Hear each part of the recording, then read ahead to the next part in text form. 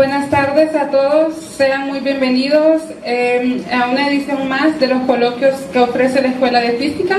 En esta ocasión tenemos al licenciado Javier Martínez, que nos va a hablar un poco acerca de los accidentes nucleares más sonados en la historia, ¿verdad? Como pudieron ver ustedes en el afiche de publicidad.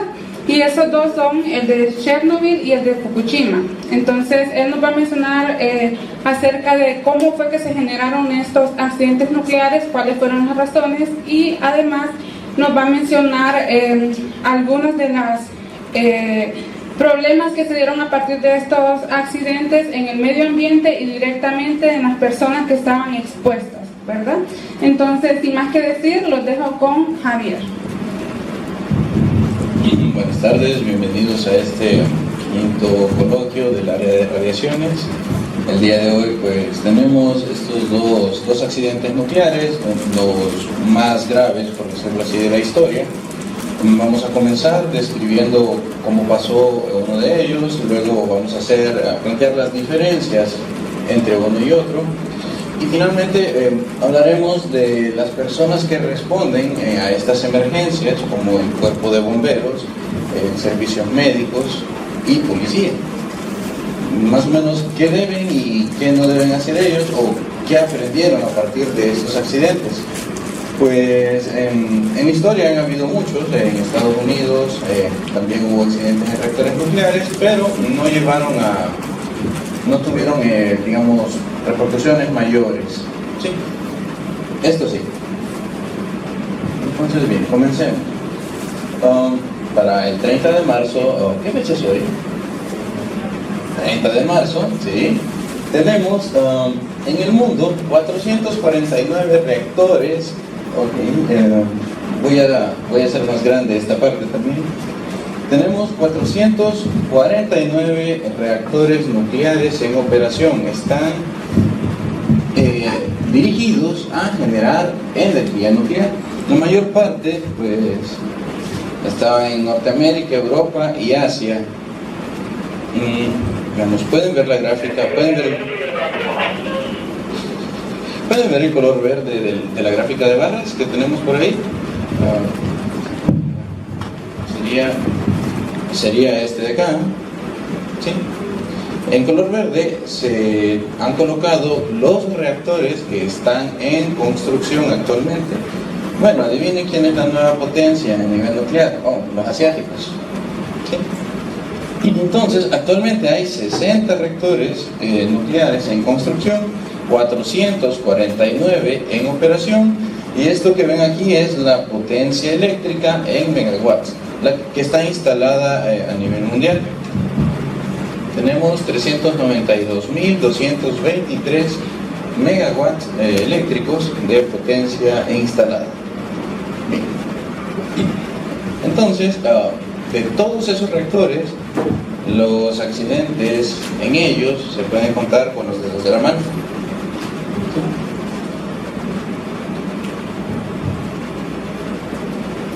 Lo menciono porque, bueno, probablemente todos aquí han escuchado del accidente de Chernobyl en 1986. Levanten la mano quienes ya lo conocían.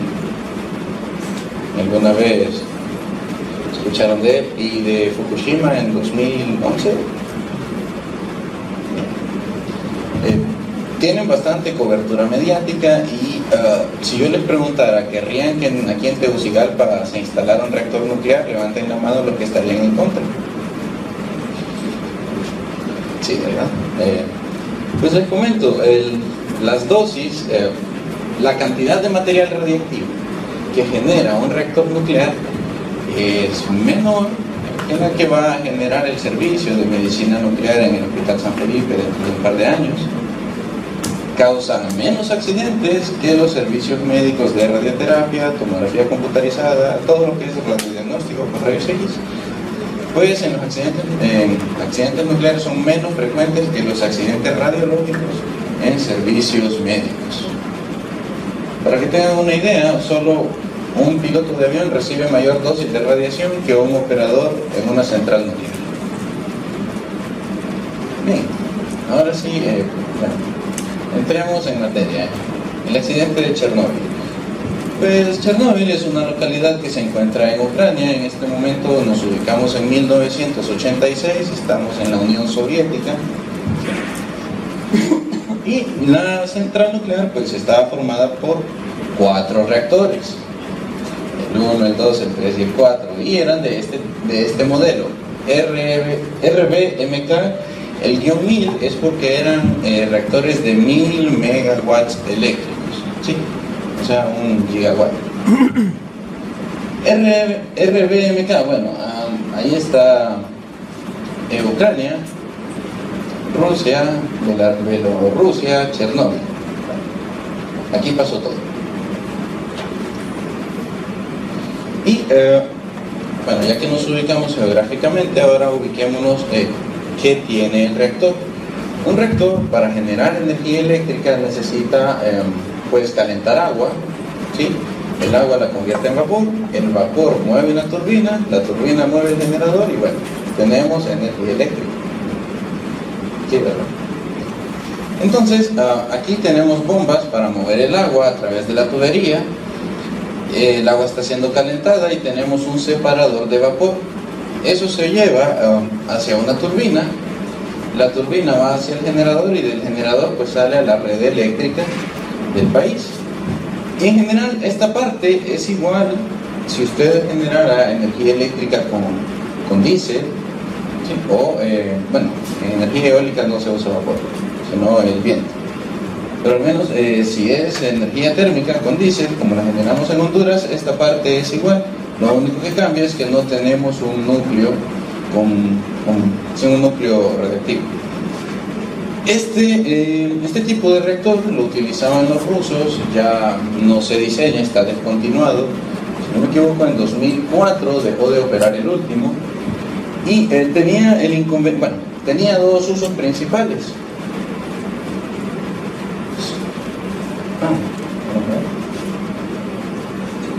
Tenía 2 usos principales. Uno de ellos era generar energía eléctrica. Y el otro era, bueno, el combustible nuclear utilizado se extraía y lo que usted saca de eso es plutonio, y el plutonio los soviéticos lo necesitaban para uso militar. Entonces este diseño de reactor les permitía esas dos funciones: generar energía eléctrica y generar plutonio, ¿sí? Para uso militar. Desventaja de este tipo de reactor: él no tiene llamémoslo así, no tiene contención, y eso fue lo que pasó durante el accidente.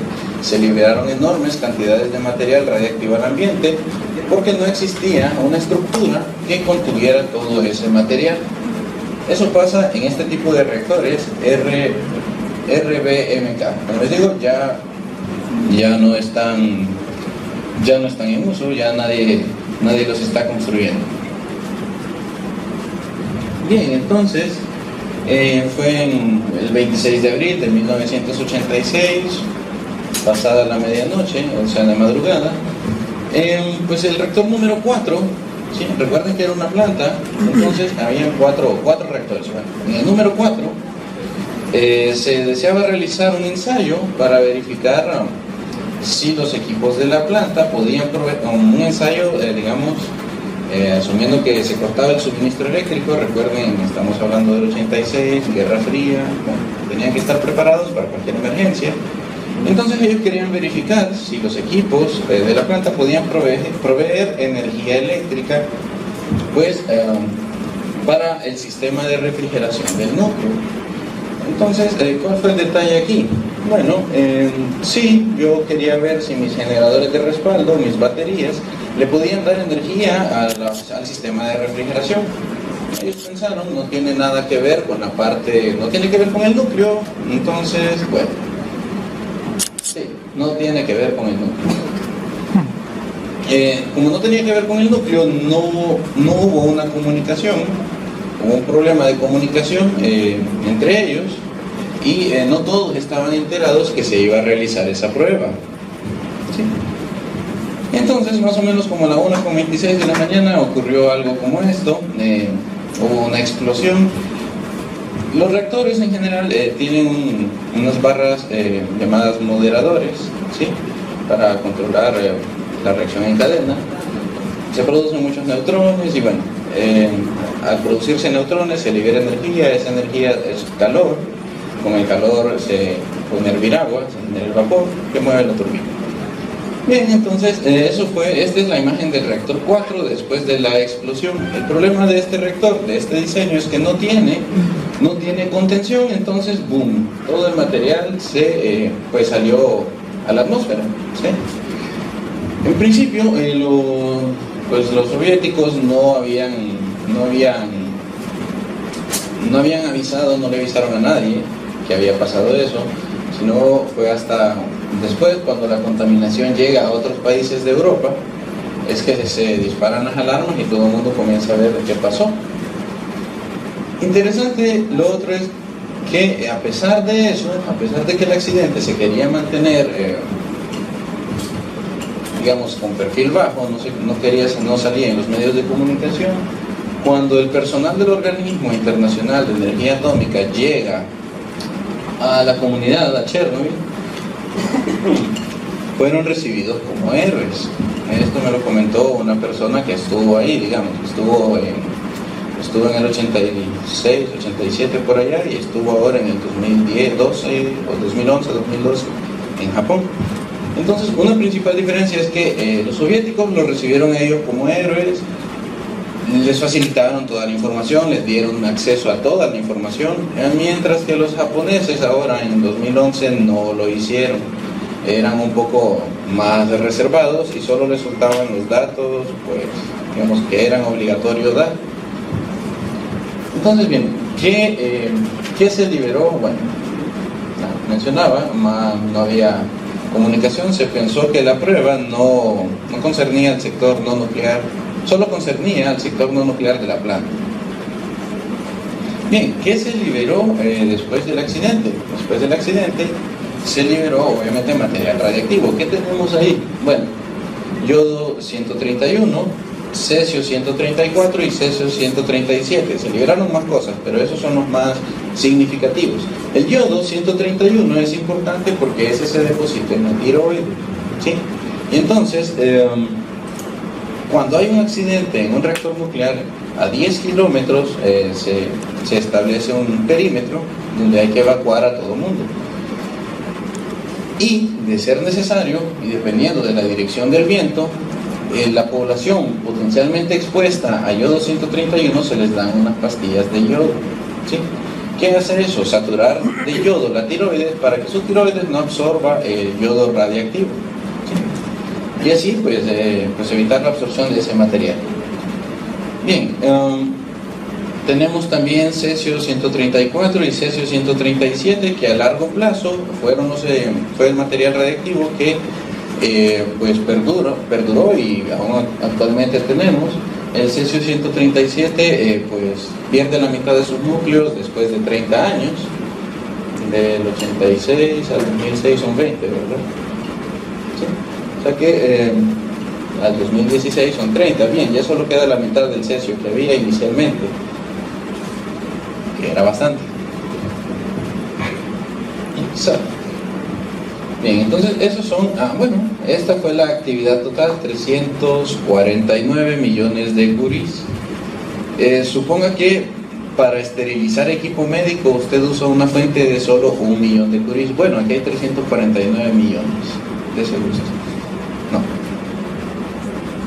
Entonces, al final en Chernobyl actualmente hay una zona de exclusión que es de 30 kilómetros a la redonda de ese reactor, donde en principio no vive nadie. Digo en principio porque hay pobladores de la localidad que no quisieron abandonar el lugar. Una de las cuestiones con estos accidentes es que si el material radiactivo no es controlada la emisión del material, lo que no es controlado es el miedo que se le causa a la población. Bueno, eso vamos a hablar después. Los bomberos fueron el primer grupo de respuesta. Recuerden que fue una explosión. Después de la explosión lo que quedó fue un incendio. Entonces en los bomberos es donde están las mayores bajas. Son los primeros grupos de respuesta ante accidentes. Bueno, no había habido un accidente de esa magnitud hasta ese entonces. Por lo tanto, nosotros nos nutrimos de la experiencia que ellos vivieron. Luego, bueno, había contaminación dispersada por todos lados, alguien tenía que limpiarla, y entonces están ellos, llamados los liquidadores, que tienen trajes protectores y tienen mascarilla. ¿Por qué? Dos formas en las que usted va a incorporar un material radiactivo, ya sea inhalándolo o ingiriéndolo, ¿sí? Entonces la mascarilla era para proteger pues la vía respiratoria, ¿sí? No inhalar, y el traje era para disminuir la cantidad de radiación que recibe su cuerpo, disminuir la dosis de radiación que recibe el cuerpo. Eran trajes plomados que tenían algún peso más o menos entre 30 y los 40 kilogramos. Piense que el hombre adulto promedio tiene una masa de 70 kilogramos. Bueno, 40 kilogramos adicional a su cuerpo ya es un peso considerable. Al inicio eran 200.000 personas las que se dieron a la tarea de limpiar. Posteriormente aumentó a más de 600.000 personas. Pues es bastante gente, y aún lo que construyeron fue algo llamado un sarcófago, ¿sí? Una estructura que contuviera o que blindara el núcleo del reactor, ¿sí? Entonces se necesitó bastante mano de obra. Las dosis anduvieron entre los 2 y los 16 grays. Ya en los 16 grays usted puede tener efectos a su salud permanentes. Por ejemplo, esterilidad y pérdida de cabello también, y quemaduras. Bien, eso fue un poco Chernobyl. Usted tiene el núcleo, y por el núcleo está muy caliente, se le hace circular agua, el agua se evapora y nuevamente se envía hacia una turbina. Entonces la tecnología de los reactores no ha cambiado mucho, con la diferencia de que este tipo de reactor sí tiene barreras de contención, y entonces el material radiactivo después del accidente no se escapó como en Chernobyl, quedó contenido hasta cierto punto, donde tuvieron que empezar a liberarlo, repito, de manera controlada. Entonces aquí, pasamos de tener un reactor emproblemado a tener 6, ¿sí? Entonces cada accidente tiene sus diferencias, sus dificultades. 11 de marzo de 2011, bueno, hoy es 30, ¿sí? Ya se nos pasó un poco el tiempo. Se produjo un terremoto de 9.0 en la escala de Richter en la costa noreste de Japón. Bien, los reactores, los edificios, la central resistió bien el terremoto, pero se perdió en la energía eléctrica, ¿sí? El suministro eléctrico se perdió. Entonces comenzaron a funcionar los generadores. ¿Qué pasa con los generadores? Estaban al nivel del sótano. Entonces, cuando viene el maremoto, el tsunami, usted perdió la capacidad de generar energía eléctrica por esos generadores, y nos quedamos sin el sistema de refrigeración. Otra cuestión es que después del terremoto los reactores, los que estaban en funcionamiento, dejaron de operar, cosa que no pasó en Chernobyl. El reactor estaba funcionando, ¿sí?, cuando se realizó la prueba. Entonces aquí en Fukushima son los reactores 1, 2 y 3 que estaban operando. El 4, 5 y 6 estaban bajo inspección, y a causa del terremoto, por un sistema de apagado automático, los primeros 3 dejan de operar. Y entonces el corte eléctrico debido al terremoto, fue necesario poner en marcha los generadores, pero el maremoto posterior dañó los generadores. Y entonces en el reactor 1 empieza a aumentar la temperatura a tal punto que se derritió el núcleo.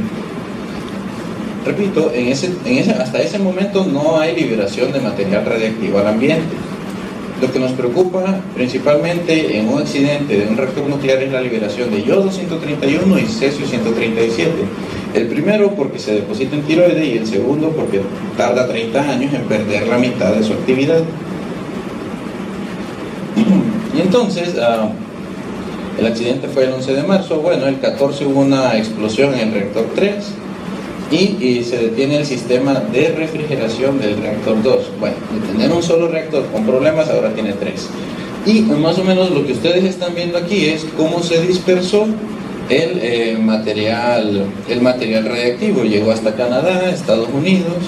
El color amarillo es una baja dosis, en este caso una baja dosis, y en color rojo es donde está la mayor concentración del material radiactivo. Los japoneses liberaron vapor, ¿sí? Tuvieron que liberar vapor en el cual iba de nuevo material radiactivo. Tuvieron que, como no tenían el sistema de refrigeración funcionando, tuvieron que emplear agua del mar para enfriar los núcleos de estos reactores. Pero ¿qué pasó? Bueno, el agua del mar que estaban utilizando para enfriarla, la estaban almacenando, no la estaban liberando al medio ambiente. Pero llegó un punto donde tuvieron que liberarla al medio ambiente. Entonces es la contaminación que hay en el océano. Se contaminó el océano, ¿sí? Bien, vamos a ver. Ajá. Bueno, se vuelve necesario bombear agua del mar. El 5 de abril se vierte deliberadamente agua contaminada al mar, y el 11. Bien, cuando el accidente ocurre, hay una clasificación para los accidentes. Cuando inició el accidente fue categoría 4. Chernobyl de entrada fue categoría 7. ¿Sí? Luego, el 5 de abril, la clasificación del accidente pasa a ser 5, y ya el 7 se eleva a 7.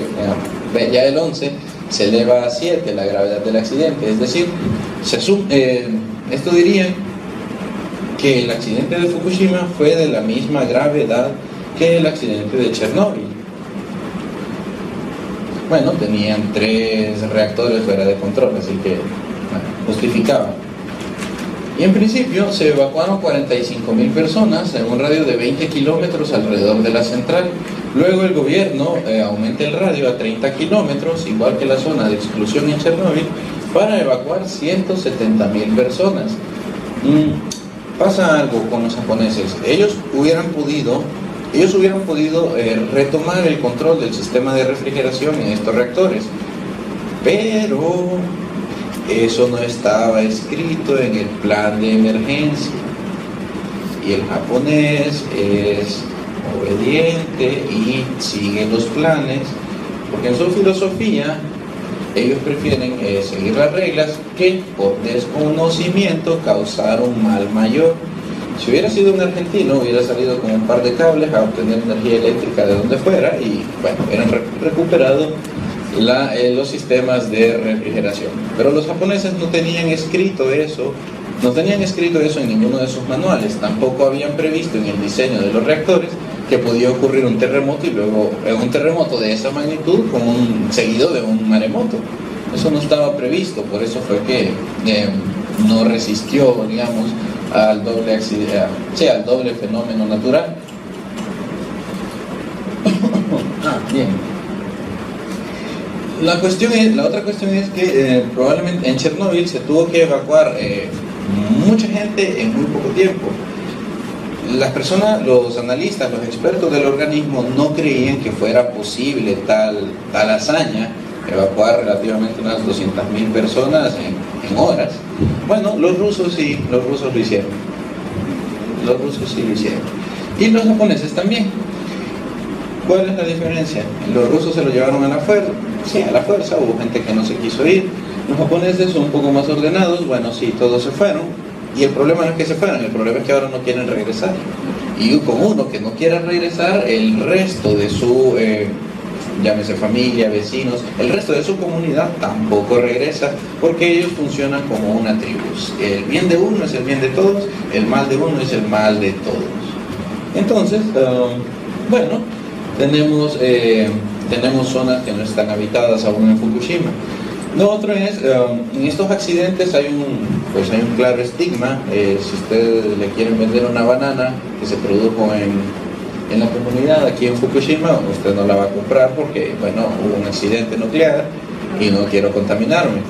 Si fuera aquí, simplemente, bueno, el accidente ocurrió en Tegucigalpa, no, cámbienle el rotulito, diga que viene de Coatepec y no pasa nada. Bueno, Allá no, allá son más estrictos en ese sentido. Entonces todo lo que se cultivaba en esa localidad no es que no se pudiera exportar, porque sí era seguro, pero nadie lo compraba. Entonces, bueno, carece de sentido seguir exportándolo. Lo que pasaba con las papas y el pollo que venían de Europa en los 80s.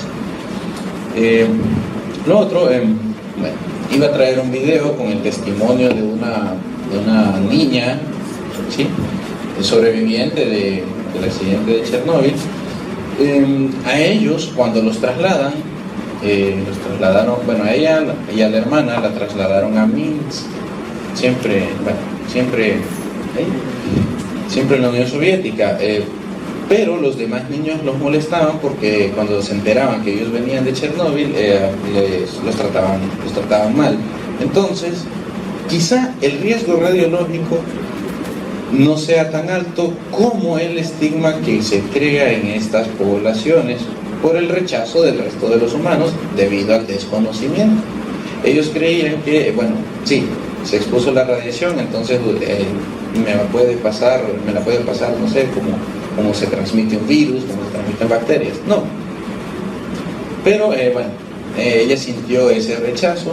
Entonces, después de un accidente nuclear, no solo está la parte de la salud física, del estado de salud de la persona, sino la salud mental.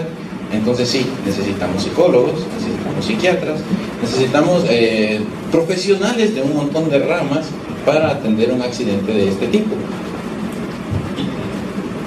Bien, comparemos un poco entonces los accidentes.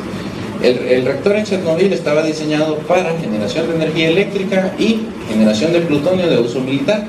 Los de Fukushima eran exclusivamente para generación eléctrica y fueron construidos además sobre cimientos de granito y rodeados por estructuras de acero y hormigón. Esto fue por diseño.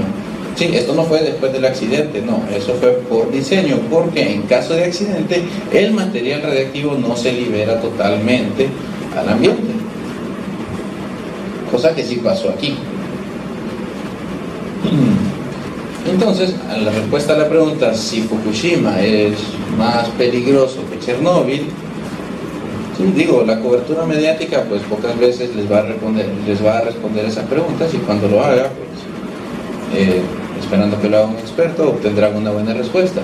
Pero bien, ambos tenían la misma clasificación, el mismo nivel de gravedad. Ambos se clasificaron con número 7, una gravedad de 7, y a pesar de que el accidente en Fukushima involucra 4 reactores, bueno, el reactor número 4 en Chernobyl, bueno, estalló mientras estaba en operación y no tenía barreras de contención. Entonces se liberó enormes cantidades de material radiactivo al ambiente, donde los más significativos pues son el yodo 131 y cesio 134 y 137. Bien, ¿qué acciones tomar durante una emergencia? Primero tiene que establecerse una emergencia radiológica, y la experiencia es que los servicios que tienen mayor impacto son los bomberos, policía y los servicios médicos de la localidad. Aquí a la izquierda están viendo el camión de bomberos que se utilizó en el 86 para intentar apagar el incendio en el reactor número 4, y aquí a la derecha pues tienen el camión de bomberos de la Brigada de Riesgos Especiales de Argentina, los cuales también están preparados para dar respuesta a un accidente nuclear. Los argentinos tienen reactores nucleares. ¿Y qué pasa con los bomberos de Honduras? Bueno, sí están entrenados, o por extraño que parezca, sí, los bomberos de Honduras sí están capacitados para responder a una emergencia radiológica, no nuclear porque no tenemos reactores, pero sí radiológica. Pues próximamente viene el servicio de medicina nuclear y ahí sí va a ser necesario que ellos estén preparados. Entonces, bien, esta es una foto, uno de ellos soy yo, creo que soy parte del entrenamiento que recibimos en Argentina, es un nuevo diseño de los trajes. Este tipo de trajes pues lo aísla completamente del ambiente, porque usted en la parte de atrás tiene un tanque de oxígeno Y realmente la experiencia de los equipos de respuesta van a ser determinantes a la hora del accidente. Bueno, yo no pondría a este equipo a salvar a nadie, porque somos mis compañeros y yo el año pasado, así que no. Estos trajes, el traje fosforescente, el color fosforescente es porque durante un accidente, durante una emergencia, usted tiene que ser completamente visible, ¿sí? Hay aquí, bueno, casi no salió el compañero en la foto, el cubano, tiene un traje blanco. La diferencia entre el traje fosforescente y el traje blanco, se llaman Tyvek los dos, pero el traje fosforescente le brinda la capacidad de tener su tanque de oxígeno y estar aislado completamente de material radiactivo que esté dispersado en el ambiente. Y aparte de brindarle una cierta... el tipo de cierre que tiene impide que se introduzca material radiactivo. El traje no son plomados, porque estos se usan para buscar fuentes radiactivas cuando usted no sabe dónde están. El traje blanco pues ofrece una protección relativamente menor, no le permite tener un tanque de oxígeno, entonces se utilizaría en emergencias donde pues no hubieran incendios. Y el traje fosforescente le permite operar cuando hay un incendio. Bien, ¿qué factores deberíamos tomar en cuenta durante una emergencia? Bueno, debe tomar en cuenta que aunque haya radiación, esta puede ser detectada, y si es en un accidente, esta es detectada de forma más fácil. Esto de aquí es un detector, el modelo es Teledetector. La idea es detectar material radiactivo o fuentes radiactivas a larga distancia, porque una de las protecciones que tenemos, ¿sí?, para recibir una menor dosis de radiación es la distancia. Entre más lejos se coloque es mejor, porque la tasa de dosis disminuye con el cuadrado de la distancia, como la fuerza eléctrica. Bien, entonces aunque sean bajos, estos pueden ser detectados por instrumentos. Bien, otra cosa que debe tomar en cuenta, esto es por el tipo de protección que va a utilizar, es el tipo de material radiactivo al que está expuesto. En este caso, debe recordar que si yo sé que ese proyector es radiactivo, aunque yo no lo esté tocando, solo por estar aquí parado ya me estoy contaminando. Yo estoy recibiendo radiación de ese proyector. He colocado la imagen porque puede haber exposición externa y exposición interna cuando usted ingiere o inhala material radiactivo. Posibles efectos a la salud derivados de la exposición pueden tardar días, semanas o años. En Bielorrusia, la cantidad de cáncer, de padecimientos de cáncer de tiroides en el 86 era menor a 20, en el 95 estaban casi en 100. Y se le atribuye al accidente de Chernóbil. Cáncer de tiroides, ¿qué podría detonar eso? El yodo 131. Y este tipo de efectos aparece más rápido. Quienes asistieron al coloquio del accidente radiológico de El Salvador, pues en este caso fueron días lo que tardó en aparecer las quemaduras. Y los pacientes que murieron 200 días después. Y en el caso del cáncer de tiroides apareció 9 años después. O sea, uno se dio cuenta que ese material radiactivo liberado en el 86 tuvo un efecto sobre la población, porque en el 90, en el área de seguridad radiológica, uno no tiene la capacidad de ir y evacuar a las personas. Cuando uno lo forman, le dicen, no, esas tareas son exclusivamente de cuerpo de bomberos, militares o policía, porque lo miran con uniforme y ya lo identifican como autoridad, primero. Lo otro es que ellos sí reciben un entrenamiento para evacuación de personas. Lo otro que hay que controlar son los medios de comunicación. Uno no puede dar declaraciones a la ligera. Yo en lo personal no lo haría porque se me va la lengua. La idea sería que el mensaje que usted que le dé a los medios de comunicación sea para tranquilizar a la población, ¿sí? Y no generar pánico. Como aquí sí tenía no sé, un anfibio, un renacuajo, y bueno, el otro estaba viendo en las noticias un tiranosaurio.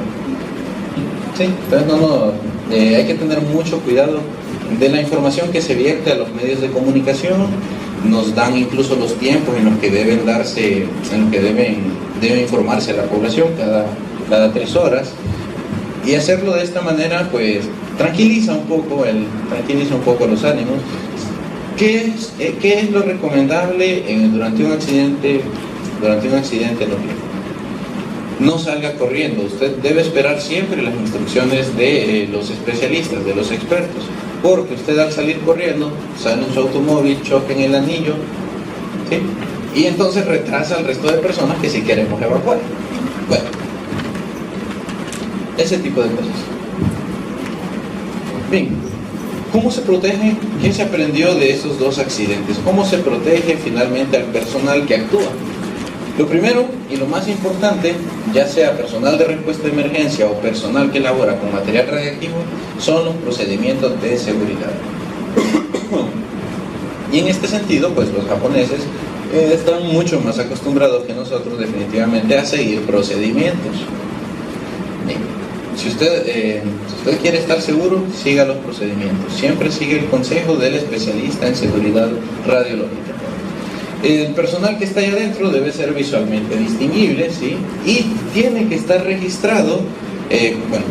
Cuando uno tiene que dar respuesta a una emergencia, uno sabe quién está en primera línea, qué está haciendo, y después debe recabar información de esta persona para reconstruir todas sus acciones durante el accidente y estimar de alguna forma la dosis que va a recibir, la dosis de radiación, porque esta dosis, si no le produce efectos determinísticos a largo plazo, le puede producir, es probable que ocurra un efecto estocástico, llámese cáncer. No tocar posible material radiactivo, recuerde que aunque no lo toque, usted tiene que estar alejado de él. Se recomienda, si tiene que estar cerca, a 1 metro. Si tiene que estar cerca, esté a 1 metro. Las maniobras para salvar vidas deberán realizarse a 1 metro del supuesto material radiactivo, y en caso de incendio debe de ser a 100 metros. Debe ser minimizado el tiempo que usted esté expuesto a material radiactivo. Entre menos tiempo esté, menos dosis recibe. Entre más lejos esté, menos dosis recibe. Registrar todas sus acciones para el seguimiento y reconstrucción de la dosis, y debe ser monitoreado para determinar, porque usted entra a algo llamado zona interior. Se establecen 2 zonas. Está zona exterior, zona interior. En la zona interior es donde usted está salvando vidas, es donde el accidente ocurrió. Zona exterior es donde usted tiene su base de operaciones, donde la gente que está salvando, ellos primero la descontaminan y luego le dan, dependiendo de la gravedad de la persona, si se justifica, primero la descontaminan y luego la atienden su problema de salud. Si la persona va muy grave, no importa que esté contaminada, primero se atiende la enfermedad, la situación de la persona, lo más grave se atiende primero. Bien, ser monitoreado de personal. Si la tasa de dosis supera los 100 milisievert/hora, entonces realizar solamente acciones para salvar vidas y limitar el tiempo de exposición a menos de 30 minutos. En la medida de lo posible, yo les voy a recomendar una película, se llama La Bomba Sucia. Parece, pueden buscarlo en YouTube de esa forma. Pero la idea de que si usted tuviera una tasa de dosis de 100 milisievert/hora y se quedan los 30 minutos ahí, salvando vidas, realizando acciones de rescate, usted va a recibir solo en esos 30 minutos la dosis que se esperaría que recibiera de trabajar 1 año, llámese en el reactor, llámese en un hospital. No se espera que reciban los 50, es más, 50 es el máximo que usted tiene permitido recibir en un solo año. El límite para alguien que trabaja con material radiactivo es de 20 en realidad. Si la tasa es de 100 milisievert/hora y usted está 30 minutos, incorpora 50. Recibe 50 milisievert de dosis. Hemos terminado. Bien, era una foto de Colonia del Sacramento en Uruguay, estuve de paseo, nada más. ¿Sí? No tiene nada que ver ni con Chernobyl ni con Fukushima. Bien, Voy a dejar este espacio entonces para preguntas y respuestas. Sí. ¿Cómo es la contención, el sistema de contención de Fukushima? ¿Cómo va? Sí, Fukushima básicamente es una estructura de...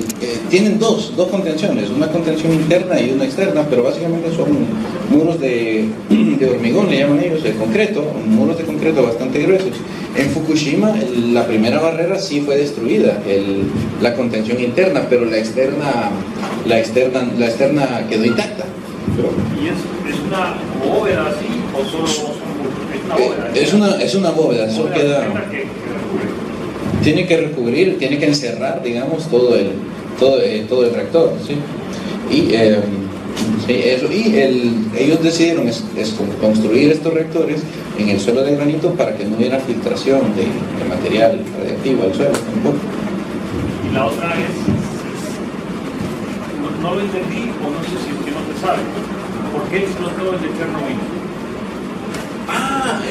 El de Chernobyl explota porque, sí, no lo mencioné, perdón. El de Chernobyl era moderado por grafito y entonces, hubo un recalentamiento por ahí, el grafito entró en contacto con el aire y bueno, ¡pum! Al menos lo que estaban usando ahí, sí.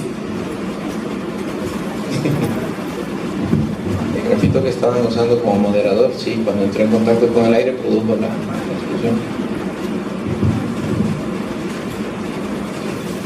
Bueno, Roberto. Dijiste que en Fukushima los japoneses eran capaces de volver a tomar el control del sistema de refrigeración. Si el sistema de generadores de emergencia se arruinó por el maremoto, si la red eléctrica de Japón no había, fueron a los generadores, ¿cómo era que podían tomar el control de nuevo? Bueno, es que el reactor 6, en el reactor 6 sí tenían suministro eléctrico, entonces solo era de interconectarlo.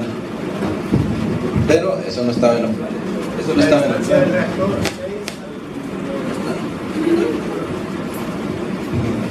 300, 500, a ver. Por mucho, ponerle 500 metros, algo así.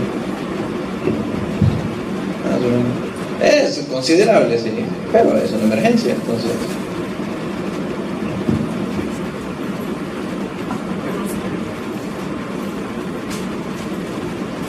¿Tienen más dudas? ¿Tienen dudas? No. Bueno, entonces, démosle un aplauso a...